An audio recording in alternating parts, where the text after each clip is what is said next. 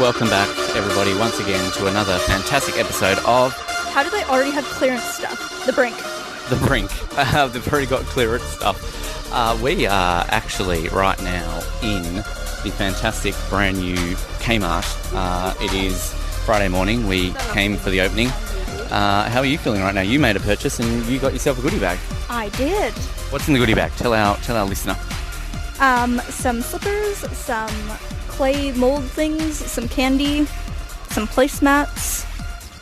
Nothing terribly exciting, to be honest. You got it for free. You got some good stuff, and you bought yourself a llama, which is great. What socks is this? Avocado socks. So she's already into the shops and everything, but we initially weren't going to come to this. We were going to come late at night tonight, but we thought, well, why not? How is this experience? Oh, already got to talk over the top. How's the experience coming to a store opening like this? How deep were you into that crowd when they came up inside? Not very, honestly. Probably like halfway. I couldn't see you. It's been wonderful. I could see you at one point, but I couldn't really see anything that was going on. Couldn't hear any of the speeches. Didn't know what was happening. Were the crowd well behaved? Yeah, I don't think many people knew what was happening, though. Everyone was just kind of standing there looking. You could hear the huckers, though. The hucker went off like twice. Yep. Yes. Now, what exactly are you looking for right now? Because, there's lots of stuff laid out beautifully. I was in here the other day when everything was perfect, but I reckon it's all going to mess up. But what are you looking for? Nothing. I'm just walking around. Just killing time before you go to work this morning, basically? Yes. But it's pretty exciting now that we can be sitting at home and essentially go, oh, cool, it's like 10 o'clock, we're going to go to Kmart, right? I'm so excited about this. I really feel we talk Kmart up a lot. It's great if they could sponsor us. I mean, I know people in corporate affairs now. I'm sure we can get a plug or something. How disappointing is it, though, not to be able to eat these wonderful-looking cupcakes that are going around? Very disappointing. So disappointing. Oh, my gosh. This is live reactions from Mallory. What she found? Can we get one of these for Stiggy? She's found bow ties for Stiggy. Sure, if you want to get bow ties for Stiggy, do you think he'll wear it? Little hats. And hats? And little graduation hats. You can get him little Santa things. He could be a reindeer. Go on then, get him a reindeer. Oh. And a reindeer suit. Oh. There's pet pajamas. She's way too excited for this. He doesn't even wear the ones he's got. There's a Yoda suit. Right there is a cat. Look. Cat sushi. But look, cat sushi. Oh, Yoda. You can get a Yoda. That's little sticky Yoda. Like a baby. Darth Vader one too. Oh, look at this. Okay, well, we've done our ad for Kmart to open this episode.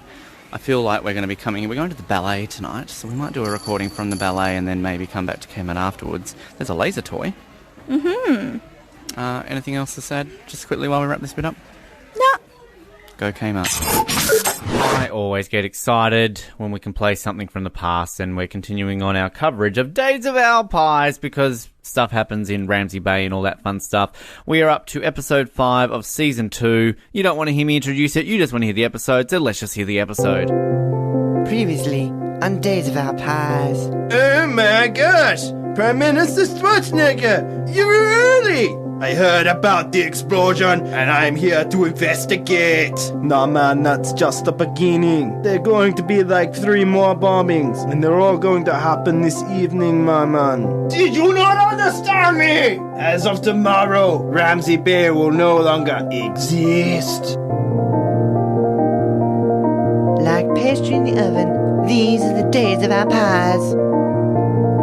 I'm Lisa Jones, and these are the days of our pies.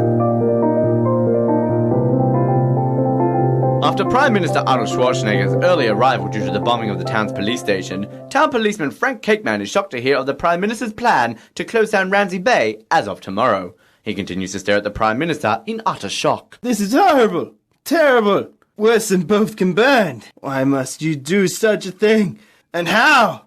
How on earth are you going to close down the entire town? I must do this for the country of Australia, and Ramsey Bay is a town of tragedy, death, and tonight's events have only proved that. And I can do it quite simply. All I need is to move the sheep and press the magic button to tell everybody to get out.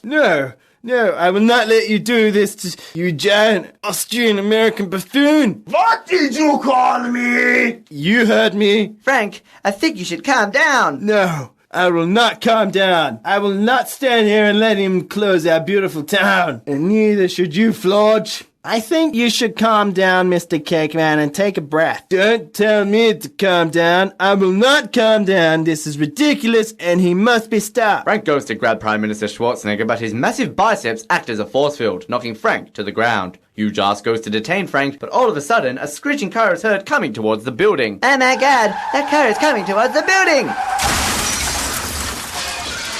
The car smashes through the window of the gym, knocking all of them to the ground, but not hurting them. The driver of the car, wearing a pink hood, flees, leaving nothing but a bag of fertilizer behind, to which Frank notices. Oh my gosh, it's a bomb! Everybody get out! Just as Frank discovers the bomb, Roy Bowler Cereal and Billy Muesli Bar arrive at the shop on the back of a Usain Bolt. Frank, Florge, get the hell out of here! It's a bomb! Stay down, man. I will save you all. Usain Bolt sprints inside, grabbing everybody and sprints back out, just before the bomb goes off.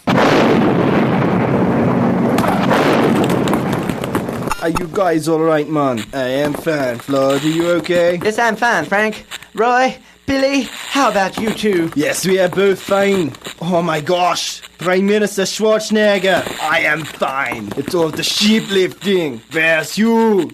Where's my huge ass? I'm here, sir. I'm fine. Thank you, Mr. Usain Bolt. You saved our lives. But why the hell are you here? I shall explain it to you all now, man. But first, let's go get some nuggets, man. As Usain takes everybody to explain over some nuggets, Jennifer has heard the explosion with Duna and sheet cover and have gotten in their car to rush to the scene. Oh my gosh, my Frank! I hope he is okay. I can't lose another husband in such tragic circumstances. I'm sure he's fine, Jennifer. You just need to remain calm. She's right, Jennifer. And one no way to remain calm is to sing. Sing like you have never before. That's okay, Duna. Think I will be fine. We are nearly there. Look, it is the gym. And there is Frank. With Florge, Roy, and Billy, and we look like to be Prime Minister Arnold Schwarzenegger and the world 100-meter champion Usain Bolt. Jennifer exits the car and runs up to Frank, embracing him in a kiss. She is then explained everything by Frank, who, although shaken by the explosion, is still very angry at Prime Minister Arnold Schwarzenegger. I'm still very angry with you, Prime Minister Schwarzenegger. Well, that's not my problem, Cakeman. That is now 2 explosions in the space of a few episodes. And if Usain Bolt is correct, we're only halfway done, which all but backs up my choice. If you don't like it, then you can get out. Calm down, honey. You need to get back to the explosion sites and investigate who's doing this. Our town needs to stay together in this time of tragedy. You're right, honey. You're right, Mr. Prime Minister. I have dealt with your sort before. I am sure I can again. So you watch yourself, because Ramsey Bay will always be here while you may not be. Come on, Roy,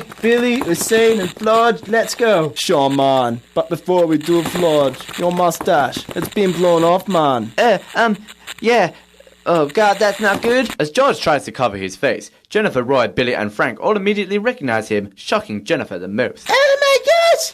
It's you, George! You're alive! Jennifer.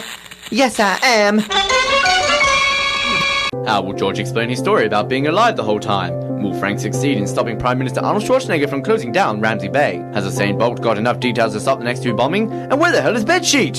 Find out next time on Days of Our Past. Oh my goodness, what is happening in Ramsey Bay? I don't even know. I couldn't even tell you. You'll have to listen next week because, let's be honest, I don't know. I was part of putting this together all those years ago, but still, I've got a memory like a sieve. So, in other words, you'll just have to keep on listening to The Brink to find out what is actually happening over there in dear old Ramsey Bay. I am thrilled to be able to welcome back everybody's favourite co-host with the most and the toast. It's Samuel McCrossan. Hello, Sam. I haven't talked to you in ages. No, you haven't been. I think it's been about 2 months. Something like that. A lot can happen in Something like that. 2 months, and it's nearly the end of the year, so why not get you on? I'll be with you in about a month's time doing this in person, which is exciting. But what's going on in Samland? You've been overseas, I think, since the last time we spoke, have you not? That's right. Yeah, I went to Singapore in September. That was cool. Went to the Grand Prix, and the Friday night at the Grand Prix was when Richmond was playing Geelong in the preliminary final. That's right. So I managed to find Wi-Fi at the track, and I was listening to the ABC coverage at the Singapore Grand Prix of the game.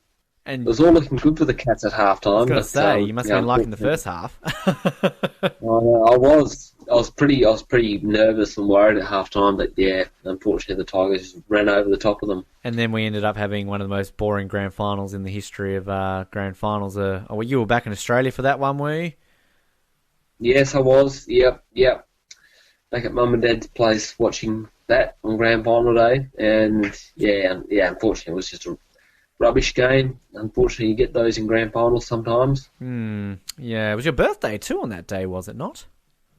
It was my birthday. Yeah, 34th birthday. Happy belated one. Sadly, I mean, that would have been perfect. Cats made the grand final because, I mean, your birthday is always around grand final day. Did any of the years the Cats win the grand final, did that ever fall on your birthday?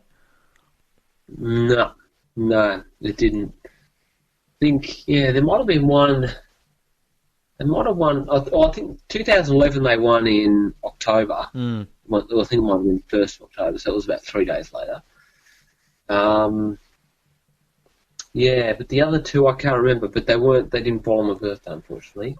I think it was the West Coast win that fell on my birthday. It was a birthday one, I remember that.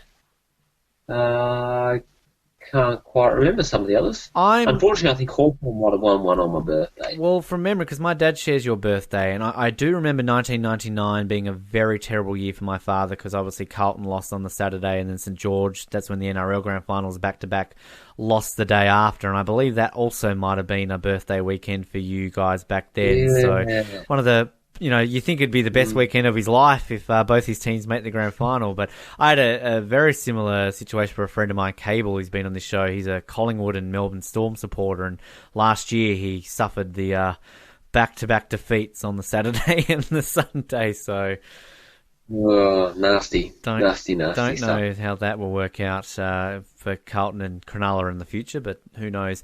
But did you go and see? There were a couple of bands, wasn't there? Chili Peppers were playing, weren't they, in Singapore? And who else was playing? Who did you get a chance to catch them as well? Yeah, did. Yeah, saw a bit of the Red Hot Chili Peppers. Got to see them twice this year because they played at the Adelaide 500, and I went there in February, March. I saw the Red Hot Chili Peppers, saw them again in Singapore. But Singapore, they also had Gwen Stefani. Oh, yes. She was pretty good. I watched that whole concert. Fatboy Slim. Oh, jealous. Stayed for that whole concert as well. The one I did skip, though, Ben, was Muse. Yeah, I thought you would, which disappoints me, because I would have been front and centre for Muse. I do like me some Muse, but... what is it about Muse? I don't know if I've ever asked you. What is it about Muse? I would assume they would be a band that you would like. No, it's the singer. Chris. I just don't like the way he... Is it Chris? He wails. I don't know what his name is. Yeah, you think I would. You don't like the wails. You don't like how he does that. Yeah, no, the guy that wails. Matt Bellamy. Not even close. I'm thinking of Chris Martin. Wrong band, Ben. Oh, right, yeah, wrong band, yeah. Yeah, so, no, he was, I don't like Muse, so I didn't stay there. But the Lighthouse Family, saw a bit of that. Oh, the Lighthouse Family. We Are So High. Their one song. Did you see them perform, We Are Gonna Be Together? No. I didn't hear them play that one. Oh, gee, that's the one song I could tell you from the Lighthouse Family. I know, yeah. Not too familiar with the rest of their back catalogue. I think maybe I know two. Right. Yeah. Anyway, I saw a bit of the Lighthouse Family. How did it compare to your inaugural Singapore experience a couple of years ago? It's good. Yeah, it was good. No, they're on par. They're on par. It was good to go again. It's very, very well organised, very clean, a lot of fun, and it's really spectacular under the lights, It's great, yeah. I haven't got anything bad to say about the Singapore Grand Prix. And Perfect. Vettel won that one, didn't he? Was that 2 Singapore Grand Prix you've been to that Vettel won? And he's won both of them. Yeah. That's right, yeah. Wow. He's won both of them. Lucky man. You would have loved that. Yeah. In fact, I've just about seen Vettel win more than anyone else, I think. Yeah. I mean, you would have seen him win, 3 Australian, 2 Singapore and a Malaysian.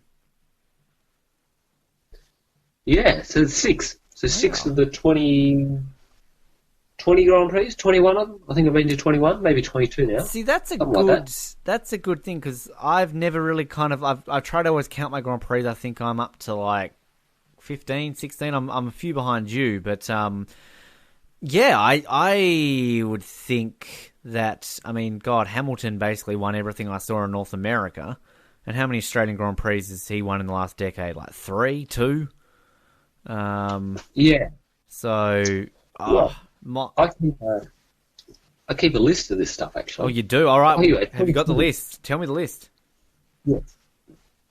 Okay, so I've been to 22 Grand Prix. Good job. Yep. Supercars, I've been to 30. Wow. That's if you include all the Albert Park ones we've been to. Yep. That inflates it a bit. Cricket, I've been to 44. Is that 44 cricket games. Is that test, one dayers, or just all of them?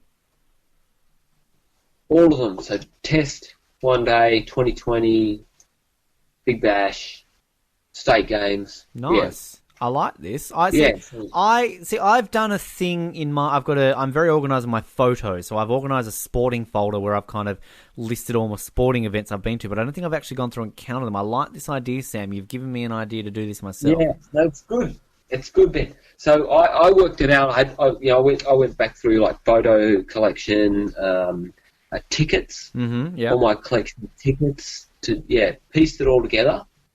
It was a bit difficult to work out all the cricket ones I've been to, but I did it.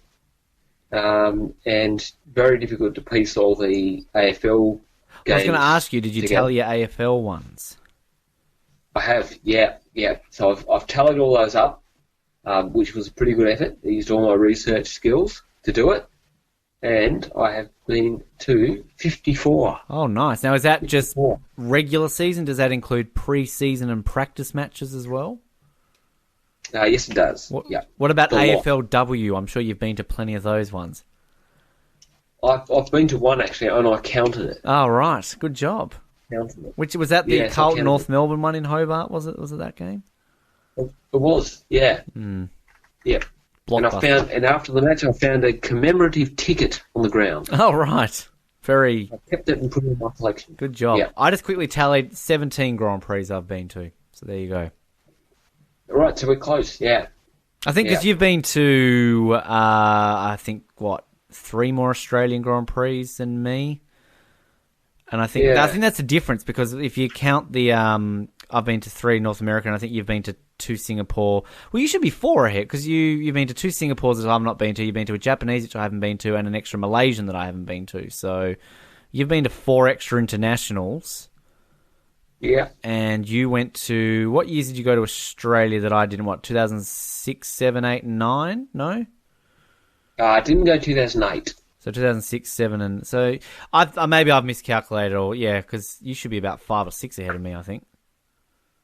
Yeah, so 22 I've been. Oh, 22. Oh, okay. Yeah. No, okay. I thought you said 20 before, so that's where I've gone. Okay, 17. Oh, wait, yeah. No, I did say 20, then I looked it up. No, it's 22. Good job. You've raced more than a season's worth of race. You've been to more than a season's worth, I guess. So I have. Yeah. Hardcore. Congratulations. Yeah. Have you counted your Tasmanian ice hockey games you've been to, Sam? No, I think I can remember off the top of my head. I think I went to 3. I'm pretty sure you did. I think you did the first 3 grand finals we ever did. So there's that. Have you counted your bocce ball games you've been to, Sam? Bocce ball. 0, I think. Yeah, okay, right. What about your Gaelic football games? How many have you played in your career? Like, do you have a number? Oh. Golly. Yeah, there might be a record somewhere, but I don't know. Yeah. I don't know. I'm guessing about... Maybe I played about 50. Okay. Not quite the century yet. Oh, 50. Oh. So sometimes we played round robins. So if you count all those, golly, maybe I wonder if I got to 100. I don't know. You got to pull on the boots again and pull on the jersey and give it another crack. Well, I don't know if I can do it with my knee anymore, unfortunately. The old age is catching up to you with your knee. Oh, no, I think so. Yeah, so I'm a bike rider now, and hopefully a Sunday indoor soccer star. I hope. I've got to ask a question then before we let you go, because obviously I'll be there in a month. But how's Tassie, Sam? I feel like we never asked you this question. I have not set foot in Tasmania now in over a year. This is the first time in my life I have spent more than a year outside of Tasmania. So, do I need to be warned? As like, there's been an uprising? Are things normal there for once? We're bothered by those Extinction Rebellion people. Oh, yeah. Cult. Yep. Yeah, that's been happening lately. But I think when you drive in, I think the biggest things you'll notice is, well, I reckon the skyline will be a little bit different. A couple of bridges now, isn't there? I believe the bridges were built sort of over the Cenotaph, and isn't there another one sort of near the ABC? There's another bridge there or something? There is, yeah. You'll notice those. That'll look very different to you. Yeah. As with the skyline, that's changed a little bit with the hospital. Because there's a helipad now on top of that, is there not? There is a helipad. Ah, okay. Yep. So it's interesting because it is a city that didn't change a whole lot in our lifetime, I guess. But I guess if you're not there for a year, you're gonna notice subtle little thingamabobs. You haven't changed, Sam. I can see you wear flannelette more though. I'm noticing that looking at you now. Still love my flannies. Yeah. If you ever see me around my neighbourhood, I'll be in a flanny. I actually own a flanny. I didn't think I did, but we went to a comedy show the other night here in Invercargill. Can I just say a fight broke out in the crowd? Finally lived up to Invercargill's reputation, 12 months living here. Really? So that was interesting. But I bought a flannelette shirt, cotton on in Melbourne about 18 months ago. Mallory bought it for me, to be fair. And it didn't fit me. Like, I had to kind of wear it open because, I'm fat. But I've lost so much weight now that I can button it up and just wear it as a shirt now. So there's a fun little fact for you. Very good. Yes. Very good. Yes. Yeah, nothing like a good flanny. Yeah, good old flanny. I'm looking forward to seeing your flanny in person, and maybe I tell you what, Christmas time when we're there, I need you to get in the blower. I need you to find the Sarge. I've missed him. I've missed talking to him. I don't know what he's been doing. I want to talk to him. I want Random Beef Man. I want Max Walker from Heaven. I want Nicky Lauder from Heaven. I want all of them together because we haven't talked about Nicky since he passed away, sadly. So we need to get all these people together, don't we? Yeah, well, it doesn't bode well for our impersonations, does it? Given that two of them have passed away. Yeah, we'll take the blame for that. I think we discovered on one of our other shows we killed Roger Moore accidentally. So we don't have a good track record of killing these people, so keeping them alive. So. John Howard's probably going to die soon. For a while there, everyone that came onto the Brink was very successful. Yes. Yeah, maybe things are turning. I don't know, but the other big thing that's about to happen. Last thing to talk about is starting tomorrow. The cricket. Is very. So is that the Gabba test? Is that tomorrow? Yes, it is. See, this is the thing. I'm in a bubble over here, Sam, because clearly this country only cares about the All Blacks, and we've just had the rugby. I even believe England are playing New Zealand in a test here, but it's barely publicised. So I didn't even know there was Australia. Didn't they just play 2020 games over there or something like that as well? I didn't even hear anything about them over here. Well, that is absolutely disgraceful, Ben. Bullshit. Absolutely disgraceful. I order you to have six lashes. Oh, can you not speak that way? I'm just looking forward to coming to Australia and hearing people speak normally. It's actually funny. Today, at least the day we're recording this, I believe the Wallabies appointed a Kiwi coach. So all the New Zealand media are talking about is like, oh, and look at these Aussies. They've had to appoint a New Zealand coach because they couldn't find a good enough Australian coach. And it's like, oh, shut the fuck up. So I might be heading up to Dunedin in March next year to go watch Australia play New Zealand in a 2020 match. I'm thinking of heading up there to cheer on Australia on this side of the Dutch. So. The Dutch.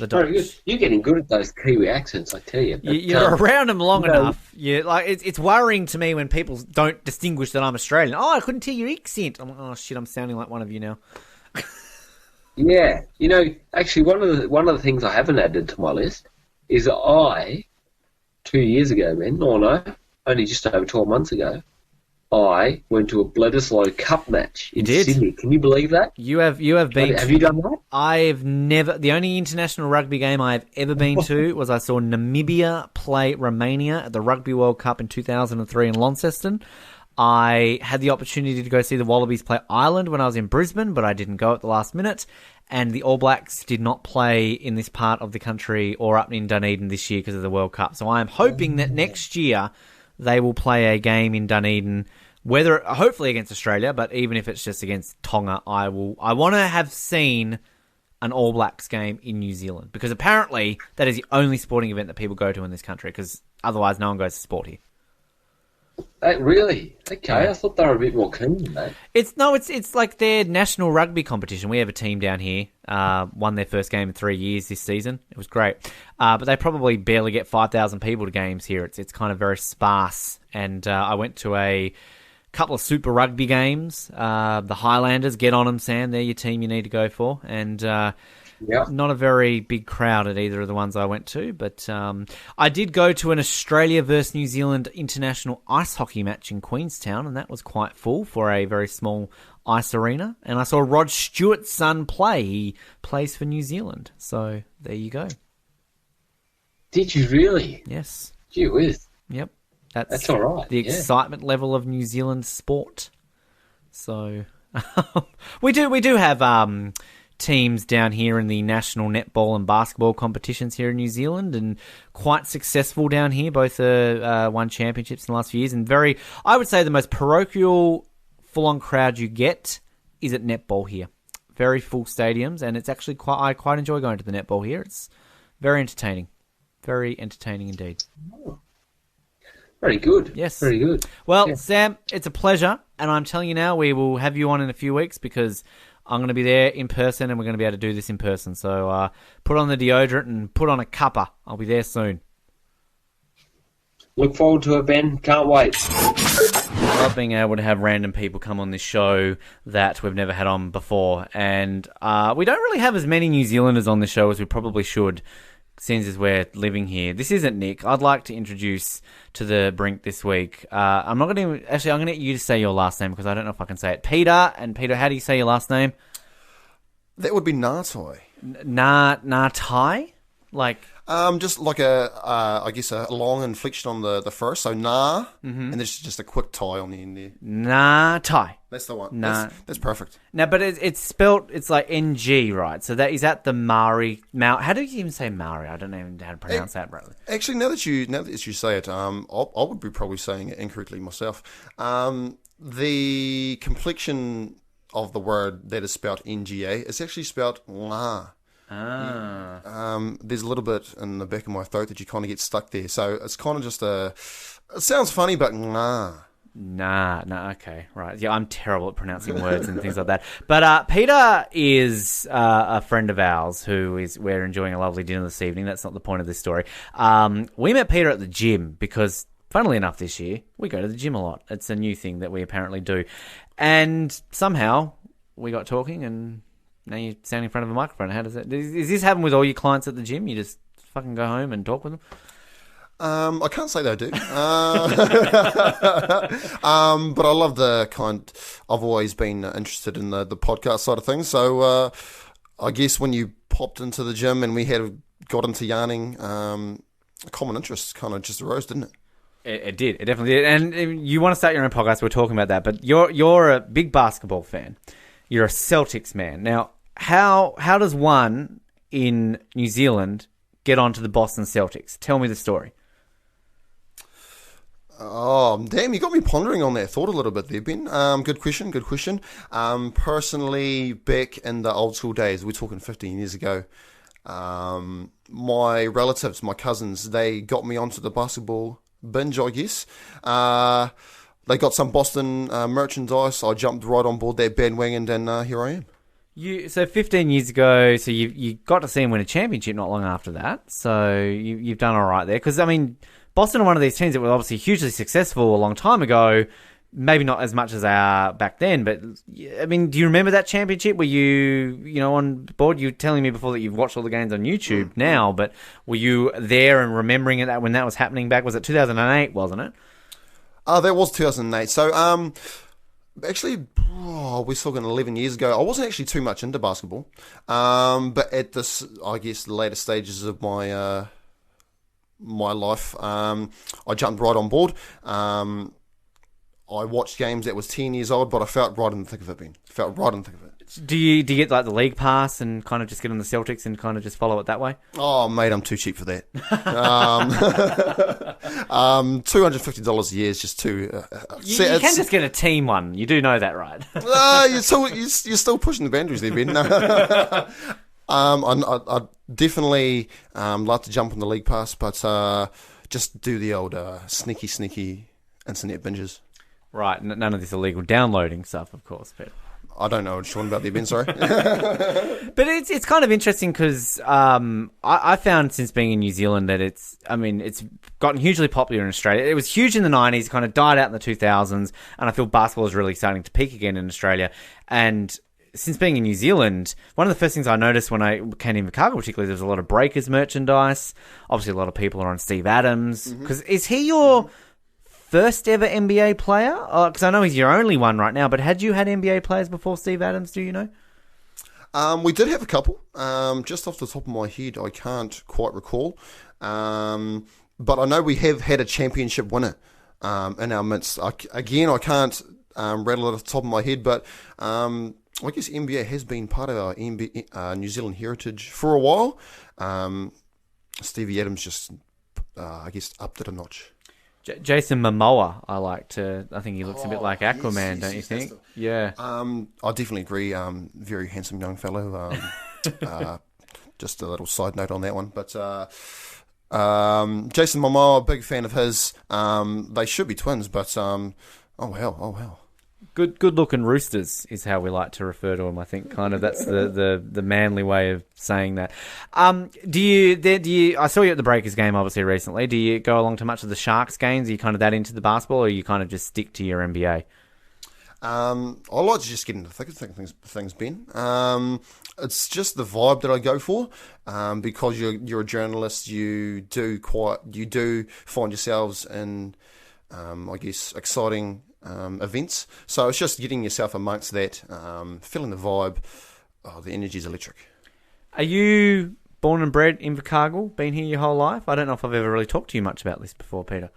Oh, sadly enough, I am. Nah. No, I am born and bred in Invercargill, deep down south. I don't mind it down here. It's just nice and quiet. I have tested out the big city life, but Invercargill is where it's at. Now, when you say you've tested out big city life, tell me, you're referring to Auckland, right? Or is this Dunedin or somewhere that you Kiwis think is a big city, which isn't really a big city? Oh my God, you've kind of put a bit of a perspective on that little statement there. The biggest actually city I've lived in is Dunedin. Would you consider that a big city? Look, before I moved here, I did, because I thought New Zealand's like Australia. Like, you've got decent-sized cities, but Hobart, where I'm from, is bigger than Dunedin, and Hobart is considered tiny in Australia. Like, I lived there my whole life thinking, like, this is the smallest place in the world, I need to get out of here, and it's fucking like a metropolis now living in Invercargill. But I think you would like Hobart then if you think Dunedin's a big city. I don't know how you've been to Melbourne and Sydney before, haven't you? I've made it just to Brisbane. I haven't made it to Sydney or Melbourne. I don't mind the Brisbane vibe. It was quite mellow when I got there, but yeah, just a small city kind of vibe I like. So how do you find Auckland when you've been to Auckland? Oh, the hustle and bustle was, I'm not going to turn it down. Mm-hmm. I like a bit of energy. As you'd understand, some of that gets overwhelming sometimes, so I like just to sit back and relax on the couch and just chill out. What would you say to people as an Invercargill local who haven't heard of it? Because I try to explain Invercargill to people who haven't heard of it. How would you describe Invercargill to the person who's not heard of this beautiful city? Mate, I'd like to, take a reference on one of our well-known, individuals from Invercargill, Mr. Burt Munro. He said, the place where dreams are possible, and I definitely agree with that statement. Just like to add in there that I have achieved some of my own dreams in Invercargill, and if you'd like to come along to Invercargill and share some of those dreams, I'd very much like to welcome you along. And they can also achieve those dreams at Advanced Fitness, can they not, Peter? Where they can get great deals currently at the moment for students, can they not? Advanced Fitness is where it is, Ben. Mate, we could go on to the student deals for days. All I can say is just come on, feel the vibe, and just get into it. I'm going to ask one more question though. When it comes to working in a gym, give me the best thing about working in a gym and the worst thing about working in a gym. Actually, I'm going to start off with the worst thing. All right, I want to finish off with the good news. The worst thing, man. The worst thing. The sweatiness. Yeah. Oh, the humidity of the sweatiness. Sometimes you can just taste it. Just think about that, what I just said for a second. Tasting of the sweat. Oh, good times. And I'm guessing it's about to get worse coming into these months, right? I don't think I've really worked out too much in the summer yet, so I'm kind of a bit scared how this is going to turn out. Oh, please don't talk about that, man. I'm not looking forward to it at all. I'm not looking forward to it at all. In terms of the good news, just talking to people like yourself there, Ben, mate. Just talking to people that have had results. I love jumping on their bandwagon and just supporting them with their achievements. In all seriousness, and people know me in all these podcasts, and I'm generally suck up, so let's just stick to the trend here. But Peter actually is fantastic at his job. So people listening back home in Advanced Fitness, if you're listening, give him a raise and shit. But it is actually... Please. Please. It is obviously a role, though, where it is very personable because... you're really trying to connect with these people who are coming to the gym for a variety of different reasons. And I could imagine that it's a customer-facing role like that, but it's also mixed with these people who are kind of cheap. It's not like you're just selling them a packet of biscuits, is it? You're selling them this thing that they can change their appearance and get themselves fitter and stronger and healthier and all this sort of stuff. Oh, you did right there, Ben. You did right. I mean, all salesmen, they can push, but unless you actually, I guess, build some sort of rapport with the client, you're not really going to get anywhere. I like to bring my personality into the swing of things, show my happy side, and hope they join along. I think it works. I mean, you're recording with me right now, so clearly that made some sort of, impact there on it is. Great chatting with you, Peter. We'll have to do this again. Quickly, you're happy with the Celtics though this season? They're doing well. They're doing very well. So how you feeling this season's going to play out? You give them any chance for the end of the season? I'm feeling there's just a feeling in my stomach it's going to turn out well.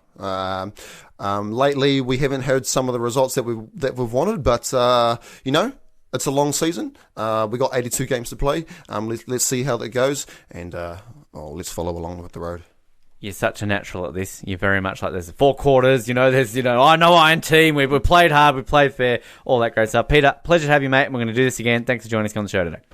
Much appreciated, Ben. Thank you very much. Classic interview for your time, and a bit of a different one, fun one, I guess, at the same time as well. Back in the day when we used to have Vanessa Amorossi on quite a little bit, we had a few people follow us, and a couple of people who then pushed us to get a certain singer on the show by the name of Tania Doko. You might remember that name from a little band called Bachelor Girl. Did the Buses and Trains song, of course, that most people know them for. Don't know if they did a whole lot other since, but it doesn't matter. We got Tania on the show because we got pressured a lot into getting Tania on the show. We reached out to Tania. She came on the show. It was a fun chat, and this is our interview with Tania Doko on the good old days of the Brink on Edge Radio. Tania Doko was one half of the hit group Bachelor Girl, which rose to fame in the late 1990s. The band had the massive hit Buses and Trains and won an ARIA for their debut album in 1999. Recently, Tania has been concentrating on her solo efforts with songs in the movie Step Up 3, as well as a collaboration with Taylor Dayne, which is currently burning up the dance charts in the US. And after high demand from her many loyal fans, I finally spoke to Tania about her amazing career,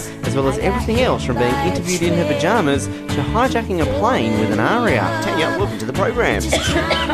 Choking. G'day, how are you? Fantastic, a great entrance to the show, I have to admit. I think you're the first guest to cough straight away. Oh, it's the vibes you're sending, Ben, through Skype. Oh, look, I like it. This is actually the first time we've done one of our interviews direct through Skype, so you're a bit of a guinea pig this morning, Tania. Oh, there you go. It does work. Well, I'm liking the sound of it so far, so I'm pretty excited, to be honest. Good. Well, there you go. Well, I couldn't be further away from you. Yes, exactly. I'm on the other side of the planet. In Sweden, in Stockholm. That's correct, and it is getting pretty icy down there. Up here, I should say. God, I'm thinking of you guys down there. I love Tasmania. Well, I'm obsessed with it. Very glad to hear that. Yes, we love it. Well, I think you're actually the first guest ever to appear on the show and possibly even Edge Radio to be spoken to direct from Sweden. So I think that's also deserves a bit of credit. You're crediting a few firsts here this morning. Oh, we're making some history. You are. I like that. I love making history on radio in Hobart, and the fact that you love Hobart too just adds all the positive vibe. Well, it's a very genuine love interest with Hobart and Tasmania, because my family and I just recently, back 1 year ago now, we went to Tassie for a bit of a celebration of my parents' 50th anniversary, and we went everywhere. It was wonderful. And I do a lot of youth work in Tasmania for White Lion when I'm in Australia, so it feels like a distant memory for me. In some ways, even being in Australia, but it warms the cockles of my heart to talk to you, Ben. Oh, look, I like the sound of that. I'm very happy that you've even said we can use that in a promo or something now, Tanya. I'm just going to write that down to make sure we remember that part of this interview. And it's corny but true. Oh, look, who cares about corny? That's what we're all about here on Edge Radio and the Brink. We love it. Now, given that you are from Melbourne originally, though, Tanya, how on earth did you end up in Sweden, of all places? You know, the best music makers on the planet, or some of the best, are in this very territory. So, and look, I think it's about expanding and growing, and I've always wanted to live in another country, and now I'm doing it. Although it's really back and forth to Australia. I mean, obviously I have all my family there, and a lot of my work is still there. I don't know if you know, Ben, but Bachelor Girl did reunite this year. Yes, I was aware of that, absolutely. Yeah, we have, a best of out there. It's called Loved and Lost that you can pick up on iTunes. Plug. Yeah. And a new record as well called Beautifully Wrong. You can also get on iTunes. That's a lot of our previously unreleased material. So, still very much, it's not like I've turned my back on Australia, but it's just more a case of what's next and growing other parts of myself, if you like, and creatively stimulated simply because I'm often out of my comfort zone here, big time. It's always good to be put out of your comfort zone, I think, Tanya. I mean, if we didn't do that every morning here on the program, then there'd be something wrong and our listeners would tune out in droves. That's it, exactly. And the very fact that you wake up when you do, and do what you do, it proves that you are committed, young man. You are very committed. Oh, look, she's given me lots of big heads this morning. I don't know how this is going to turn out, Tanya. By the end of it, I think we're almost going to be married at this rate. Jeez. Well, it's because it's 10:10 here, and it's, what time is it there? It is just after 7 a.m. So it's a big time difference. Yeah, well, I'm feeling all cozy and ready for bed. We're probably both in pajamas and we don't even realise it. Yeah. That's enough. Okay, we'll leave that there. Now, speaking with, of course, the reformation of Bachelor Girl earlier this year, you did a bit of a tour around the country in celebration of the greatest hits, reforming back there, of course, with James. Yes. Now, what was it like going back on the road there, seeing some of the fans that maybe have been waiting for this for some time, performing some of these songs that really did make a name for yourself all those years ago? Oh, look, it was wonderful. I mean, I think when you have some space from something that was your entire life, you can almost enjoy it more. And James and I we're still very much good friends. There's something that happens when James and I come together, and it's just inexplicable, and this musical connection that I think we can appreciate more now, simply, it sounds cliche, but because of the perspective and the space and us going out doing other things. And it's like, I don't know, a reunion in most people don't like going to their school reunions, but like if there's a friend that you don't see that often, but that you just pick up where you left off, it's sort of like an old shoe that feels good, Old shoe, gee, I like that one too. I'm going to borrow so many of these. I want to call James an old shoe or anything, but but he had such a major influence on me musically and as a songwriter as well, that I've now gone and, I mean, I'm working full time as a songwriter now, and I have James to blame for that because he taught me so much about songwriting, and now I'm pitching material to all sorts of artists and I have a song with Taylor Dane out at the moment that's doing really well in the US, and, making a solo record in Sweden because of Bachelor Girl, because we did so well here. And I can sort of, I can't rest on my laurels, but I can enjoy the past, but, move on from it as well. I like the old shoe reference. When you comes to the time to writing memoirs, you called your book Thanks to the Old Shoe. You could write a song for your new album, or even when you get back together with James again for another tour, you could create a song for Bachelor Girl called An Old Shoe. Well, we have a song called This Must Be Love on that is on the best of, and it talks about all the things that two people, well, specifically in this story, that they do to each other, or they share with each other, if you like. Yeah. They share with each other. See, this is what happens when you interview me at 10:15. Anyway, that's okay. So what was I saying? The things that you share. An old shoe I have. The last thing I'm thinking of. But no, you're still talking about things you share now. It's great. Yeah, like, you wear my sweaters and I wear your shoes. And then it says, this must be love, because what else could make us act the way we do? Exactly. It's just a bunch of things, and they're not prepared to call it love. But because they're doing all this stuff together that only lovers could do, well, it must be love. So how did I get onto that? I don't know, Tania. I don't know. I'll tell you one thing you've also actually done with a lot of your answers, which I really appreciate. You're answering a lot of our questions, which makes it a lot easier for me at 7:15 in the morning. So we're working off each other well here. All right. Well, it's time you do some work, Ben. Oh, yes. Ask me a question. Work. What's that again, Tania? I thought it was just a nice little chat that just happens to be on the radio this morning. What are you talking about? Well, I thought you just had to get up. Woody Allen says 50% of success is just showing up. Exactly. Well, you've shown up, Ben. You've shown up, my friend. Half the battle won, and you've shown up too, Tania. And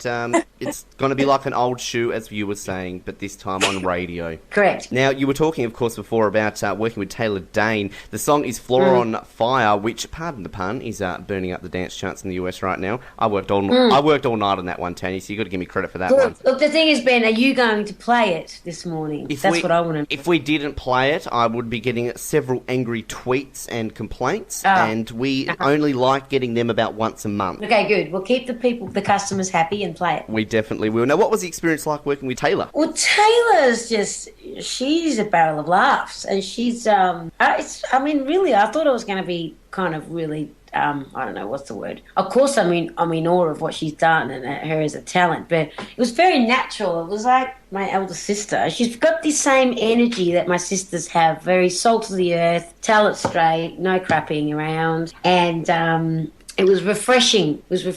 And in LA, good friends can be hard to come by, and I like to think that now when I go to LA, we can just hang out, and it's wonderful because we ended up writing this song across the seas. I was, in Sweden in the end, and she was in LA when it was finally written.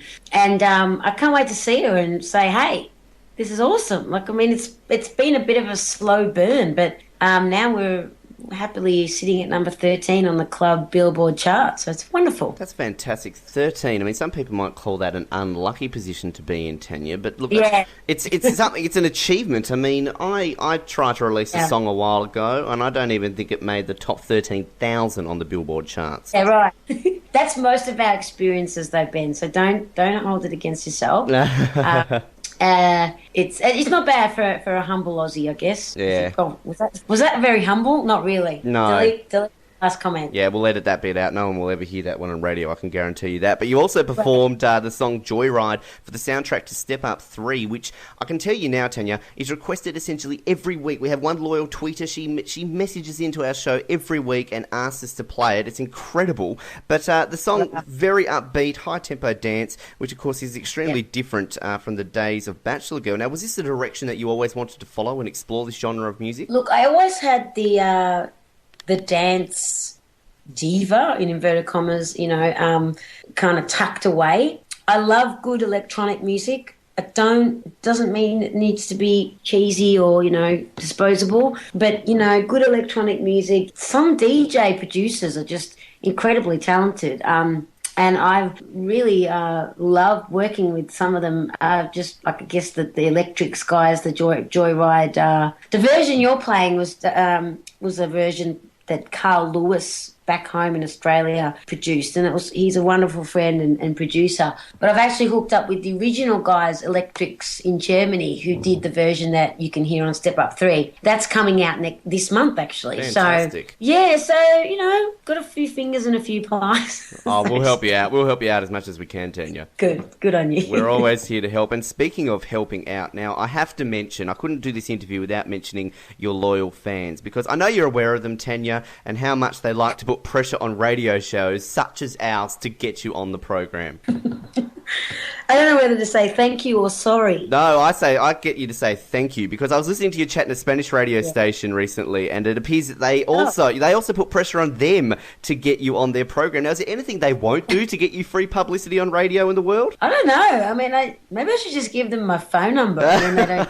No, look, I say if you got fans like that, keep them. Don't treat them mean to keep them keen. Just keep them happy. Exactly. So I appreciate them, and they're very sweet, and they're all patiently waiting for my solo record that I'm making out here in Sweden. So hopefully within the next 6 months I'll have something to talk about that doesn't involve doof music or gay pride.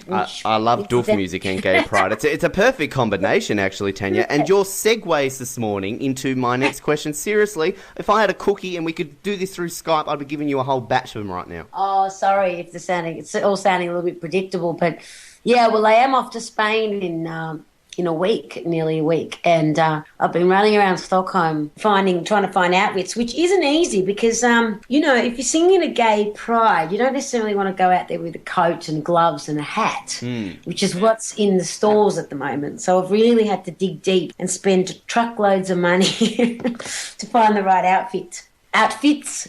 Choices are many. So anyway, but I'm looking forward to that. Next weekend I'll be getting some sun. So yeah, wonderful. What sort of outfits are we looking at? Lots of sequins, lots of revealing outfits to really get the crowd on the feet? Yeah, look, a little bit of fur, a little bit of glitter. But I'm kind of in two minds. Part of me wants to be really glam, like sort of slick, sort of Sophie Alice Bextor slick, The other part of me just wants to be kind of, word that comes to mind is a bit trashy, but that not trashy in a bad way, but just fun and frivolous, if you like. If it's in Spain, you could always dress up as a bull and have running of the bull as your genre. I don't know how kosher it would be. Yeah, and I don't know. I don't know how they'd like that. Be out and proud, not too traditional.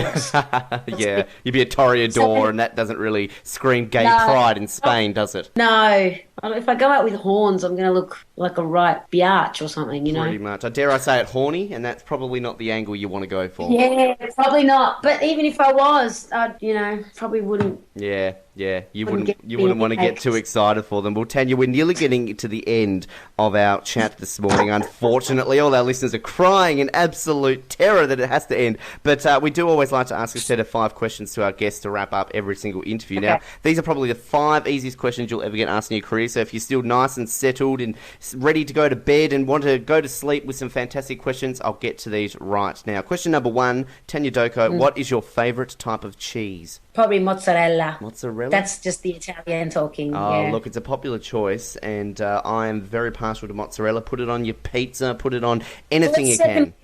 A close second would be Parmesan, just because you can use it in so much cooking. But anyway. It's funny, the amount of people I know who don't like Parmesan, and the fact that they get put off by the smell of it. I love Parmesan as well. I'm a cheese fan. Let's go. Yeah. Whatever. They don't know how to use it in their cooking. I didn't need my mother to come around and show them. But anyway. Oh, look, we'll put that on the bucket list. Question number 2, Tania Doko, are you a folder or a scruncher? Very personal questions. A folder or a scruncher? No, I think I fold things. I mean, are we talking about clothes or just anything? Talking about toilet paper, Tania. Oh, God, what's wrong with me? You've been in Sweden for too long. I thought you were talking about... Yeah, I just didn't have my head in the toilet, I guess, but... Probably a good thing, really, actually, if you think about that. Okay, no, I probably just... I don't know. Both? Both are scrolled so you're in the middle. Yeah, that's me sitting on the fence. Yep. Well, we actually had recently somebody say undecided, so we nearly have to put 3 options in there. Oh, no, I think that depends on how much there is available. Yes, and how much of a rush you are, and exactly. As There's so many variables in that question. Anyway, next question. You'll pay more attention next time. Growing up, who was your celebrity crush? Who were the posters on your wall? I liked Rob Lowe. Oh, really? Old Rob, back in the 80s? Showing my age, and Michael Jackson, actually. Yeah. I had Jacko on the wall, but probably not for the same reasons you did. No, but when he was off the wall, he was so good looking and so talented. But look, Rob Lowe, pretty obsessed, and I also like Bros. Right. When I be famous, I can. Yeah. Look, Okay. I tell you what, there's a cover in that. I think you just signed yourself a cover for your album there. When will I put? Yeah. I couldn't release it in Australia. They'll think I'm a. Oh, Sweden will love it. They love them. That's Oh, over yeah. there, don't they? Also, growing up, Tanya, what was your dream job? Oh, what I'm doing now. I love it when people achieve And I their feel like dreams. actually, I'm really glad you asked that question because sometimes you think you're going crazy in this business.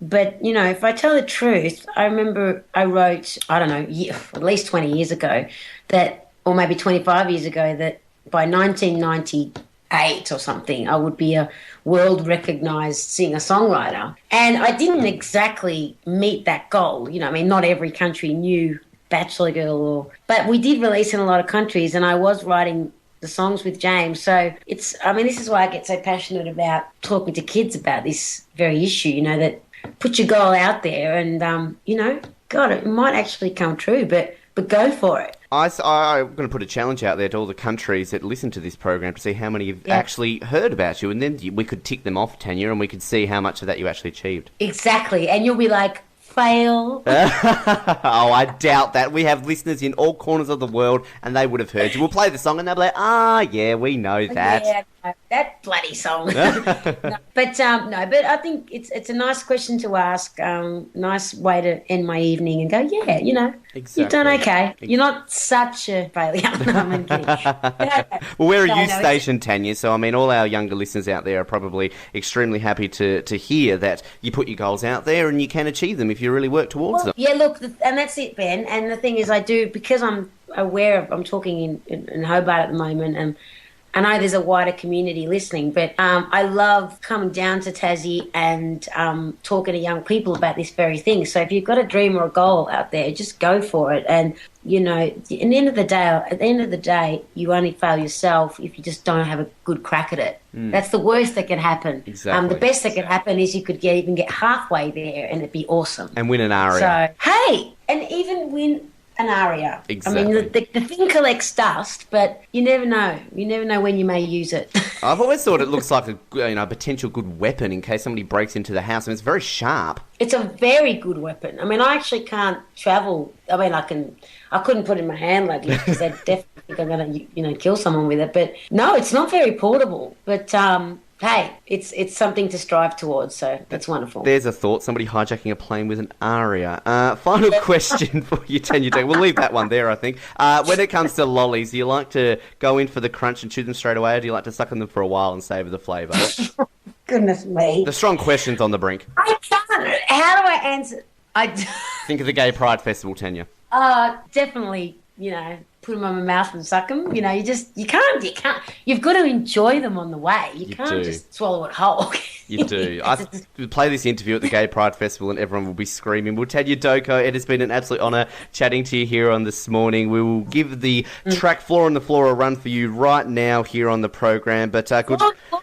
Floor on Fire. Floor on Fire. That makes a lot more sense, doesn't it? It's early in the morning. No, but it is floor on the floor. So. We're just going to play another song completely all this morning. But good luck with the solo album. We hope to hear it in the not too distant future. And next time you're in Hobart, we'll hopefully catch up in person, Tanya. Thanks, Ben. Great to chat to you. And actually, if there are people out there that want to check out material at the moment, you can just Google me or iTunes me. Put your link up on MySpace too on our Facebook page. How does that sound? That'd be great.